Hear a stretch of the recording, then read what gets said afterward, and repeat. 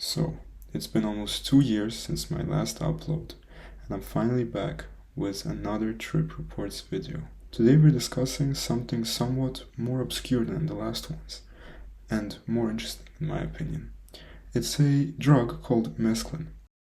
Ever since I watched my favorite movie, Fear and Loathing in Las Vegas, for the first time, I've been really interested in it. And finally, I managed to get up off my ass and do this video. We had 2 bags of grass, 75 pellets of mescaline, 5 sheets of high-powered blotter acid, a salt shaker half full of cocaine, a whole galaxy of multicolored uppers, downers, screamers, laughers. So, what actually is mescaline? Mescaline is a natural compound found in cacti like peyote and San Pedro. It is not as intense as the ones we discussed previously like salvia and Benadryl, but it is still very interesting because its effects are more mental. So, mescaline has been used in religious rituals by Native Americans for thousands and thousands of years. The first traces of mescaline have been found almost 6,000 years ago. It became popular in America in the 1960s with the hippie movement, because it was not yet considered a controlled substance, such as LSD for example, and it was also very new and it had like this spiritual feeling to it, so many people were interested in it. But after its ban in the 1970s, its popularity began to subside, and nowadays it's somewhat an obscure drug which can only be found on psychonaut forums and on Instagram pages of new age spiritual gurus who claim that it enlightened them and promoted it to other people. Before we begin, it's important to note that there are 2 main versions of mescaline, the natural one and the synthetic one. Natural mescaline is gotten straight from the cacti and is milder but harder to dose, so overdoses are more common, and it causes more nausea because it upsets the stomach. It's often brewed into tea or smoked. And synthetic mescaline, which is produced in labs. It is just a chemical replica of the natural one, it's easier to dose, and it usually comes in capsules. First trip report that I'll be reading for you guys today is Left-Handed Sword Wielding with Flaming Octopus by Samantha. So she took 3 doses of 94 milligrams capsules of mescaline every 45 minutes. I had never tried mescaline before. The main sitter to whom I had entrusted my mind and body at the time administered mescaline in 3 doses spaced 45 minutes apart to minimize stomach discomfort. I took 280 milligrams in 3 doses. It was the first time that I was tripping with this group of women. I only knew one of them well. We were all set up in an airy, high-ceilinged room in a giant secluded house. Each with her twin-sized foam mattress, little bucket in case we need to vomit, headphones, eye shades, and comforter. There were 3 sitters. At 28, I was the youngest person. The other tripping ladies and sitters were in their late 30s through 60s. It was a bit of a tense time because everyone had recently learned that Terence McKenna had a brain tumor, and we were all deeply affected by this. A shrine to his healing was set up at the end of the room. As part of the pattern with me, I was largely spaced out as I was going up with the material. My body felt suffused by a phentylamine energy. All it says about this in my trip journal is, the medicine was mescaline. I felt a lot of fiery energy. I used mudras to surf it. I got kind of bewildered at one point, but was also much more grounded this time, as I had intended. This much more grounded probably referred back to how ungrounded I felt during a trip a month earlier, where it took me 30 hours to get back to baseline.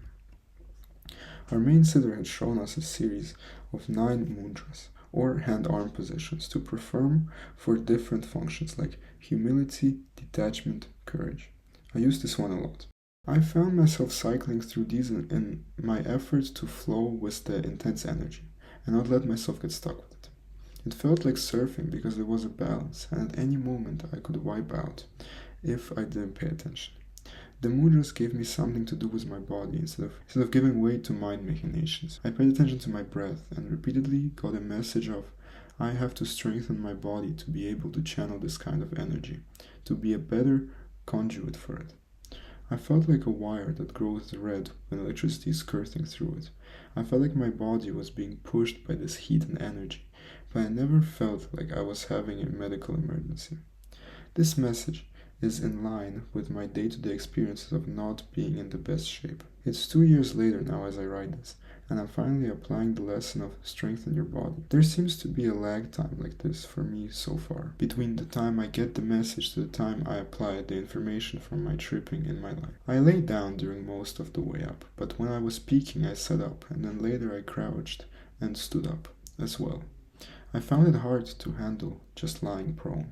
At one point, about when I was speaking, I felt like my left arm and hand, I was right-handed, were part of a warrior subpersonality, an archetype that I haven't generally been in touch with. Like I was wielding a big heavy metal sword around. I remember wondering, what do I do with this? What am I supposed to wield this sword for? As my eyes were still high-shaded, I didn't feel self-conscious practicing waving my sword around. In this impressionable state of intoxication, I projected or transferred my warrior identity onto Terence and felt, oh, I'm supposed to help men like Terence to do the work they do in this world. At this stage, I was still seeing my power as one contingent upon and in service to others, rather than simply autonomous and in a dance with others. I was doing a mild ego-inflated trip. Good to have one like that under my belt, and take it out and examine it periodically. During the sword-wielding phase, where hot-colored sword-like visions were hovering before my eyes, I also saw a flaming, multicolored psychedelic octopus swimming around. The visions didn't become too prominent until I saw the octopus. Then I felt a big whoa, and kind of got swept up in the intensity. And with the intensity, I've gotten that unfortunate familiar losing control fear feeling, as if I'd fallen off the surfboard. Typically, I haven't enjoyed intense visuals during my tripping, which made me prefer 5-MeO-DMT to NN-DMT, because they startle me and offer up too much stimulus for me to process at once. So the grip I had on this journey flagged a little after the octopus appeared, and I got a bit lost, like I sometimes get. I got really hot and had to shed some of my layers of clothing. I got out of whack with my breathing, got ungrounded, and felt uncomfortable. Fortunately, my serenely poised and talented sitters knew what was up. One of them came up and whispered, "Put your hands and feet flat on the ground, let the energy go there." When that didn't quite settle me out, she picked me up and got me to move around a little in time to the music, to dance.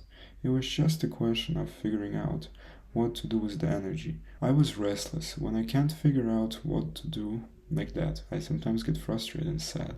So I did the sad thing for a little while, judging the style in which I was tripping. A lot of self-judgment, like a bad habit, like a mental nail-biting obsession on why can't I just relax and enjoy myself instead of just, well, relaxing and enjoying myself.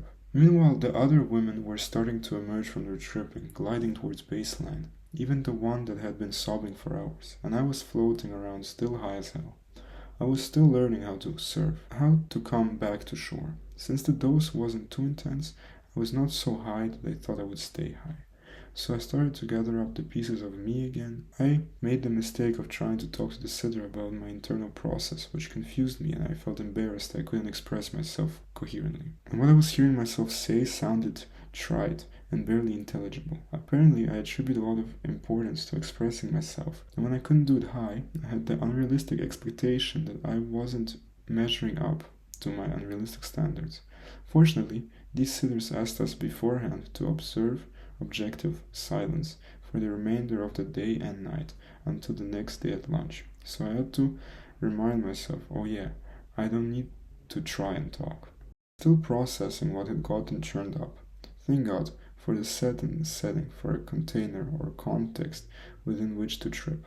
Otherwise, I'd get utterly tangled up in my thoughts. And thank goodness for the experienced sitters, who would probably just graciously reply, oh really, if I explained to them I'd seen a flaming octopus. As I came back to baseline, it was dinner time, and a light dinner of chicken soup and bread had been prepared for us. The food further helped ground me. It was a dinner that I discovered a peculiar after effect of my trip.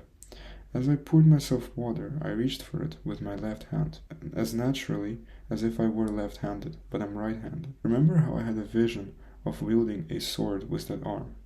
It felt as if a new circuit had gotten activated. Later I read a story published in Maps about a similar activation. Before, the left side of my shoulder and back had typically been aching most of the time because of muscular weakness from my scoliosis. But with this newfound strength or assertiveness of my left arm, which felt good, I think that weakness has been improving. I also attribute this change to a renewed commitment to my right brain. Working it out physically has a correspondence in my thinking. In fact, the next week I woke up from a vivid dream in which I came up with a creative solution for a problem that I was facing. Overall, I'm glad I had my first experience with mescaline in a modest dose. So yeah, this one was a bit of a lighter one, just to show you what the typical trip on mescaline could be. The next one we will read is more intense and more of a bad trip. Honestly, a really bad trip. So this one is called Death Changed My Life by Lucid Studies. In this one he combines mescaline and cannabis. First he takes a 330 milligram capsule of mescaline. 1.5 hours later he takes another 50 milligrams. And 5 minutes after that he takes one hit of cannabis. This is the story of how I lost my mind. No, this is the story of when I finally realized that I had lost my mind some time ago. I was blind to the truth until this day came. A mind is sort of like a set of car keys. Vitally important, yet surprisingly easy to lose. This was the third time I had taken synthetic mescaline. The first time I had tried 280 milligrams of the hydrochloride salt, which gave me a moderate experience, about 8 hours long, with vomiting about 3 hours in. I had also tried 100 milligrams of the mescaline sulfate salt, which created a lightly stimulating body high with a subtle shift in time perception, but no visuals or nausea. The most distinctive characteristics of the substance these first two times were a prevalence of cognitive over visual effects, and a contrast between anxiety early on in the experience with contentment during the later stages. I hung up the telephone at 1 p.m., knowing that my friends M and M2 would be due at my house within the hour. 1:30. My girlfriend assists me reading out of a Jewish Orthodox daily prayer book at my request, as I wanted to prepare myself spiritually for the day ahead.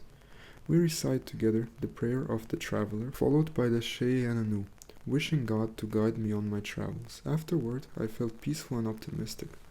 Then I measured my pulse, so I could monitor its rise if needed to be. It's a little fast today, about 85 BPM. No substances have been taken. I must just be a little excited. 1:50. My friends arrive. I have explained my plans to them and to her.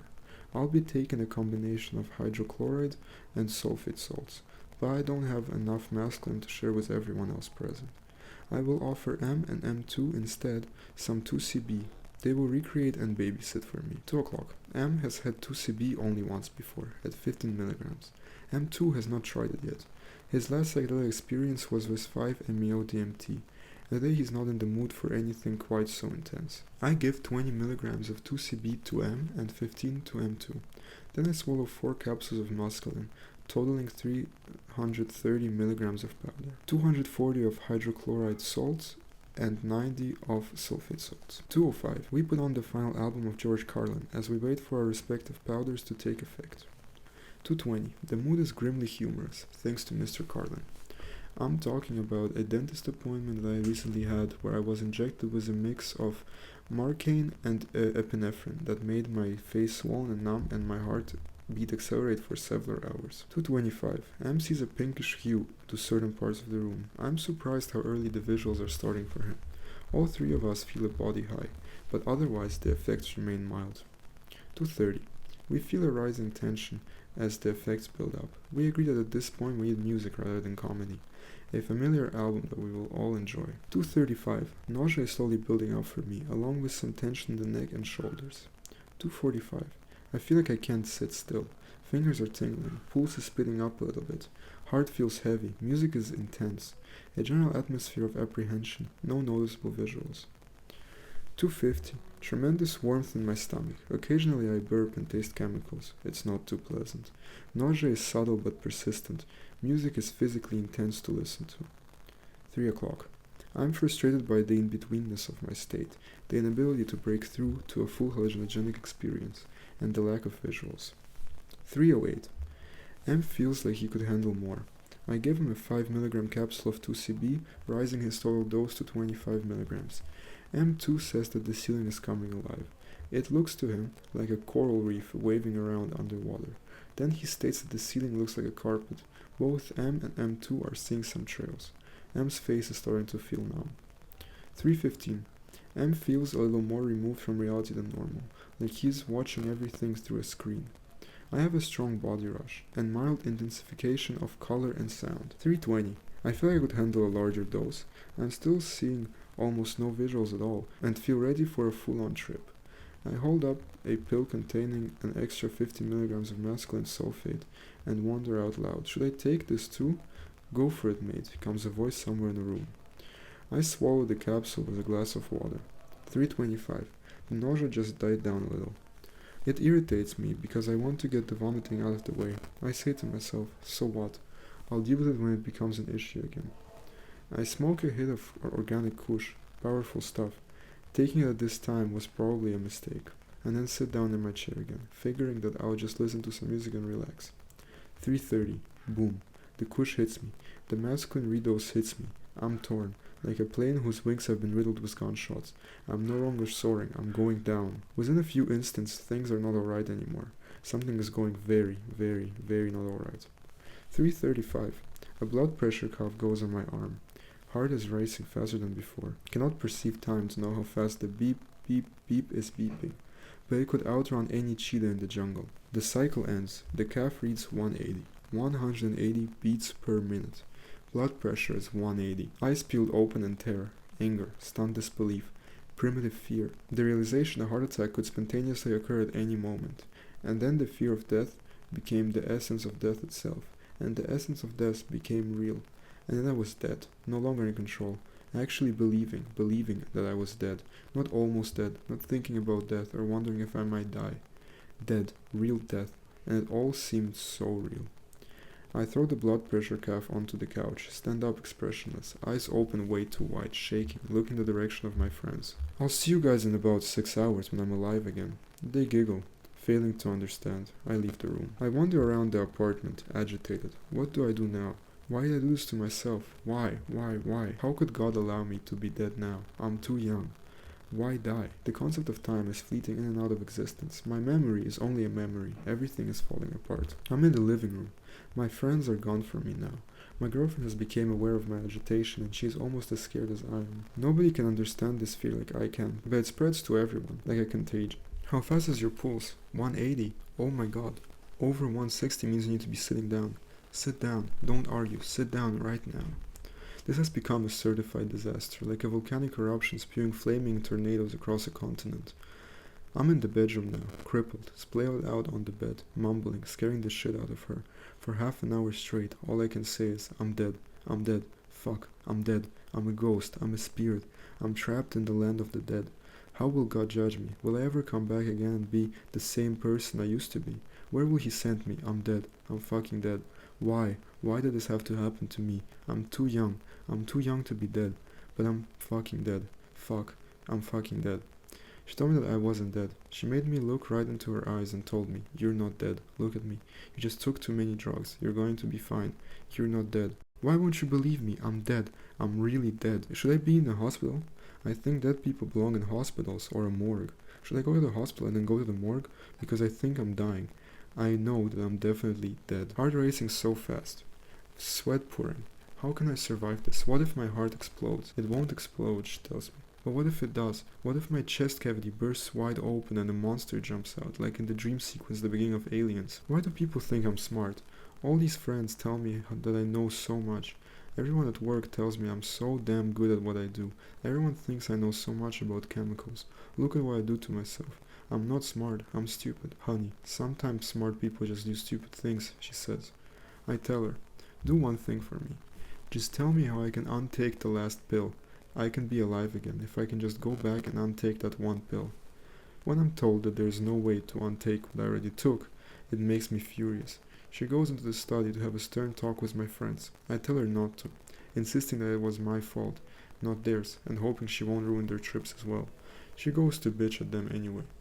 I lay on the bed and hyperventilate. Then I bolt up to my feet and run into the study and super center, saying, why did you encourage me to take the last pill and hit that pot? Look at me now. I'm dead. Nice job, guys. I need to vomit. That is the only thing that will cure me, but I can't do it yet. Even fingers down my throat in the bathroom don't work. I can't purge until my body is ready. I demand a recording device and go into the bathroom alone. I need to invent a new religion now. I am warned that being L. Ron Hubbard in this house is not allowed. I don't care. I have to try. Having seen the face of death, I feel like it's my job to create meaning for those who are still alive. But the things I say into the recorder have meaning only to myself. I sound passionate, but all I can really seem to express is that people are fragile, because it's dawning on me that I'm fragile, far more fragile than I ever gave myself credit for. That I do have limits, and that it always is possible for any of us to die. All it takes is a strong gust of breeze, and like dust, a person's spirit can scatter. Every molecule parting, drifting. In a split second, a person's life disperses, waiting to be found later, in some other form, little bits and pieces, lost on the coast of some distant sandy shore. The pages turn, and God laughs as we all just fall apart. Madness flows freely from every orifice in the room, which comes throbbing alive as it drips and burns and flows in elliptical chaos all around me. I breathe unsteadily as I stand there, everywhere, but really in no place at all. The stars are all burning out of the sky, and a billion years of repressed anger and cold regret are dripping down upon us, covering us all. The world breathes and aches and tumbles down a stairwell into a rickety wooden floor. Fire burns all around me and breezes into ice that chills me to my frozen core. That ice burns the fire that melts inside of me. The room is full of water, awash with inches or miles of some slowly drifting unknown ancient mold. And yes, being surrounded by shifting water is completely normal, if you're a fish, but I'm not, or at least I wasn't one yesterday. What does it mean for me to be surrounded? What does death mean? And was I really ever alive at all? Every wood grain shows a face, and every face has been there all along. Every bird is twittering, every light is blinking, every couch lays down itself for a nap and falls asleep and never wakes up again. Every piece of wood splinters and breaks, and the faces cry from smooth, firm eyelids until they can cry no more. The stairs are still dripping, and the death is still here singing songs with us. Will I someday find the place of my mind that now lay scattered across the beaches, sitting in tiny fragments upon every sandy shore? The chickens have flown out completely out of their coops. Their wings are flapping, and their eyes are burning, and their feathers are disintegrating and exploding and exploding and exploding. And the time is gone, and death and madness loop across existence for years that stretch on endlessly, infinity multiplied by itself, and infinite number of times and years within it saturated with madness once, twice, and then a few more times, unimaginable, unmistakable. This is true madness, which is truly infinite. It doesn't sit still, but it stretches out wide, twirling, shaking, unlimited and unrestrained and unrestrainable, total, unaccountable, not manageable at all, like the pieces of my mind that still lay splintered and scattered across the tops of every table that has ever been discarded upon the banks of any sandy shore. The chickens have run completely amok. Their teeth are chomping and flapping, clattering and clattering, struggling to emerge from a tiny hole at the bottom of a great and ancient wooden door, eager to swallow the world into their greedy mouths, beaks, entrances. What is happening? What is happening? What? Please. Sometime around 4:30 or 5 p.m. I find myself back in the living room. Yellow-gray foamy liquid is leaving my throat and splashing into the bottom of a trash can. Finally, when the fluid leaves my body, my heart slows down and relief floods back into my veins. I feel infinitely better, with an instance of the purge, and slowly, very slowly, I find my life beginning to piece itself back together, and begin to regain control. It was only at this point that I realized I was very much alive. After that, I was surprisingly free to do anything I wanted for the rest of the day. My girlfriend, M2, and I actually packed into a car and went out to an art fair that was about a mile away from our house. We walked through the tall, bright grasses and looked at sculptures and paintings and more paintings and the people who were selling them. The air was fresh. There was no scent of terror. We walked and talked and split up and joined back up again and fed our senses with pleasing imagery. The nicer the picture we passed by, the longer we would stop and enjoy it. We came back home around 7. I watched TV. I got calls from a couple of people around 7:45 and was able to speak perfectly fine as I talked to them. I could easily act like everything was normal, everything was fine, but was it? I had argued with her on the way back home in the car. She has become worried for my safety and my sanity. Hell, I have. I watched videos with my friends, and though I sat there and processed images, inside I was disinterested. What really gripped me were the questions of, what is going on inside my head? What just happened today? What did it mean? What exactly am I doing to myself? How does stuff like this really work in the brain? Sure, I can say it's a norepinephrine antagonist and look up an article explaining what it's supposed to mean, but what did it actually do to me? And what will be the consequences of having taken something like this? M2's 15 milligrams of 2CB trip wore off around 8 p.m.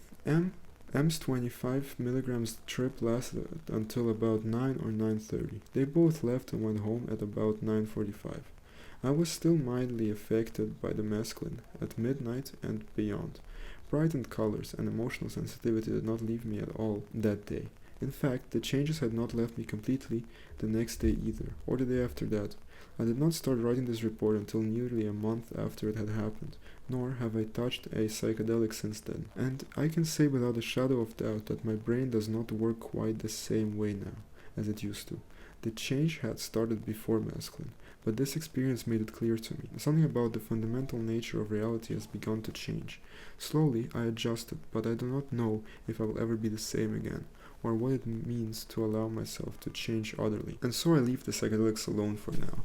I'm starting to realize that my effort should be to take not what substance seems like the most fun, but the ones that will actually be the most progressive for my life. Even if the only things that help me recover and improve are rest and exercise. I do not need any more madness in my life. I'm still struck by the realization that although we all exhibit day to day that we are strong, all it really takes is a moment of weakness and a strong gust of breeze for us to disperse into dust we are all made from and fade away forever. God has given us the keys to life and death, heaven, hell, and everything in between. But I'm afraid we are still just children. We have only just begun to learn what happens when the keys to the brain are turned, and behind some doors lie things so great and terrible that the world is not ready for them to be poured out upon its surface. Yeah, so from this trip report, you guys can see that mescaline, in comparison to, for example, salvia that we looked on in the previous video, is way less like actual visions and hallucinations, but it's more in the head. Like this guy actually went completely insane for a few hours after taking it. And it's very interesting how the cannabis also affected his trip, and how compared to the previous one where she just felt some slight discomfort, he went into complete madness and thought he actually died. So because mescaline is not as popular in the media as salvia or Benadryl, there is not that many trip reports that are actually interesting or worth sharing with you guys. So the next one we'll read is a bit different, but it's also very interesting and very freaky. In this one, this guy combines 500 milligrams of mescaline, which is already a pretty big dose, with 20 milligrams of 4-ACO-DMT, which is basically synthetic magic mushrooms. I'm currently working on a video about all the variations of DMT and their trips, so expect it in a few weeks or days, I'm not sure. I wanted to share this with my fellow psychonauts in interests of safety of fellow explorers to promote caution when mixing psychedelics. This experience took place earlier in the summer, in a very comfortable setting, in my bedroom and garden, one summer afternoon and evening. I was sharing this experience with my then new girlfriend, who is a clinical psychologist, who works with psilocybin in a therapeutic content, and someone I share a very special bond with. This would be our first powerful psychedelic experience together. Given that we both had a day to spare and the weather was fantastic, we decided to have a trip together. She has a fondness for San Pedro. I had a gram of synthetic mescaline HCl for a while now, so we split that between us. It was very nice and quite gentle. Perhaps that degraded in the time that I've had it. It wasn't as powerful as I was expecting. It was very pleasant though, and we were certainly both quite altered, but not really tripping per se. Senses were definitely heightened, and we were enjoying lounging around and listening to music and chatting. I heard some of our hens and ducks outside kicking off, and had a feeling something was off, so I went outside to find one of the hens' chicks missing. I had a chat with my friend and neighbor about this, and just as we were discussing this, we heard the sound of a distressed bird, while our dogs were in the bushes nearby. I go to the bushes and find the missing chick with his foot caught in a bin liner, wrapped around the stem of a bush. Due to the luck of being in the right place at the right time, I was able to find it and free it. 6 or so hours in, after the chick incident, we head outside to lie in the sun by the pond. My girlfriend suggests we maybe smoke a joint, which sounds like a fine idea to me, but I suggest we have a capsule of 4-ACO DMT, so as to hopefully vamp up our psychedelia a little bit. I was hoping for and expecting a bit of an expansion of what we already had going on. My lady was down with this plan, so I went to measure out 2 capsules. In no way what I considered excessive amounts, but weighing out powerful psychedelics while on mescaline I don't think was wise. I head back outside, capsules in hand, to enjoy what I thought would be a beautiful summer's evening in a stunning spot in nature. We swallow our capsules and bask in the evening sun, taking in all the sights, sounds and scents of nature around us. Around 15 to 20 minutes later, I knew we were in for a wild ride. Powerful geometric patterns were forming with open eyes against the background of the blue sky. This concerned me a bit, as I felt at this point the capsules really have only just dissolved, and yet I was already coming up hard. I hadn't counted on or desired this, but the setting at least was close to optimal. Things escalated rapidly. I heard the electrical mechanical humming or whirling. It sounded very real, like it was coming from outside of myself. A minute later, my girlfriend asked whether I could hear the mechanical whirring. We rapidly entered a very powerful psychedelic experience. The headspace for me had a very pushy feeling.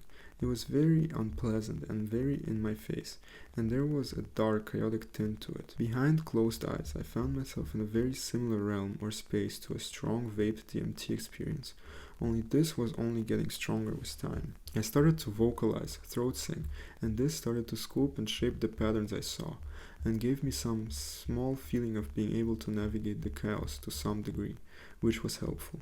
My girlfriend was having a really hard time. She had previous issues on mushrooms, ayahuasca, and holotropic breath work, where she was really struggling with breathing, and she felt this is linked to birth trauma resurfacing. She suspectedly learned that her birth was a very traumatic one. She was worried about her breathing, so I did my best to comfort and reassure her and embrace her, and started throat singing again, as much for my own reassurance as hers. And it seemed to help her too. Sometime later, she moved past this phase, and the sun started to go down, and it was getting cold.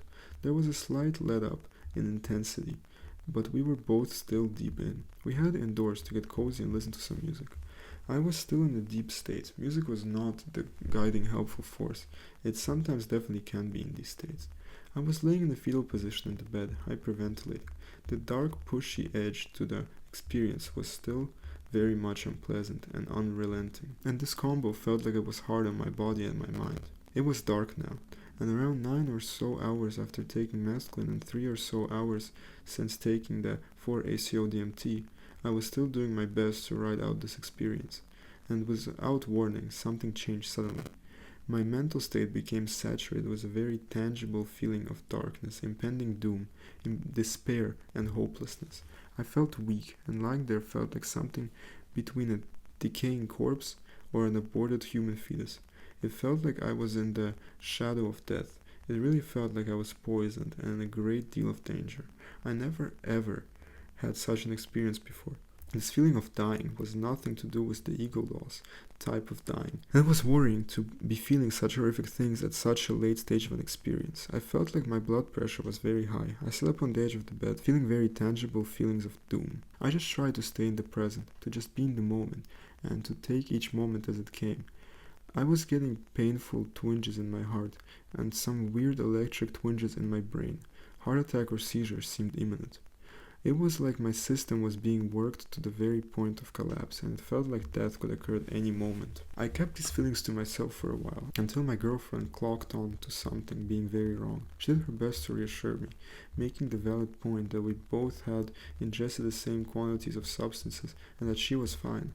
If a little ruffled after her previous grueling experience. In her view, I was suffering from a panic attack, which may very well have been the case, and perhaps the psychedelic headspace amplified this.